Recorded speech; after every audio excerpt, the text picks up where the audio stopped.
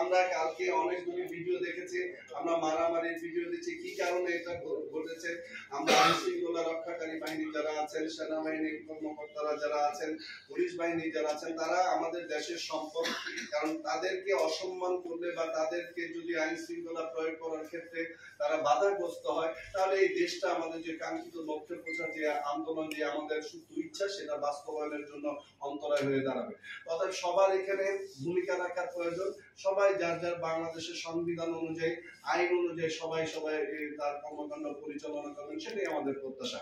যাই হোক, এই স্বাধীন কাগজ, দৈনিক স্বাধীন কাগজের উত্তরোত্তর সাফল্য কামনা করি এবং আমরা দেখতে চাই এবং বিশ্বাস করতে চাই আপনারা নিশ্চয়ই আগামী দিনের যে বাংলাদেশের স্বপ্ন এই দেশের মানুষ দেখে, সেই স্বপ্ন বাস্তবায়নের ক্ষেত্রে আপনারা আপনাদের বস্তুনিষ্ঠ এবং সত্য সংবাদ প্রকাশের মাধ্যমে সেটাকে আরো ত্বরান্বিত করবেন, সেই প্রত্যাশা ব্যক্ত করে আজকে যারা এই অনুষ্ঠানটি আয়োজন করেছে, বিশেষ করে আমাকে এখানে কিছু বলার সুযোগ করে দেওয়ার জন্য আমার ব্যক্তিগত তরফ থেকে এবং আমার নারায়ণগঞ্জ জেলা বিএনপির পক্ষ থেকে আপনাদেরকে আন্তরিক মোবারকবাদ জানিয়ে বক্তব্য শেষ করলাম। ধন্যবাদ সবাইকে।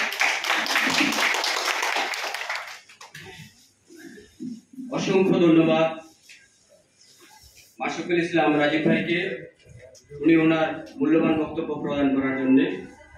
এ পর্যায়ে মঞ্চে আসন গ্রহণ করবেন মোসাম্মদ বিলকিস জাহান, চেয়ারম্যান মাই টিভি। আপনি আসন গ্রহণ করবেন। আমরা তাকে করতালির মাধ্যমে শুভেচ্ছা জানাই।